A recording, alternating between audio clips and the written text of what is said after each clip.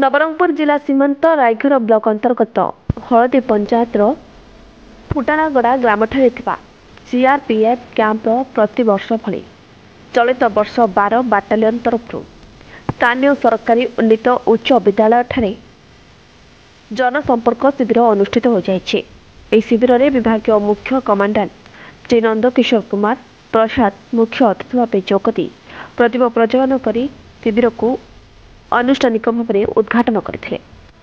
परे परे स्थानीय अंचल शिशु कलाकार मानक नहीं नृत्य परिवेषण करा जायतिला।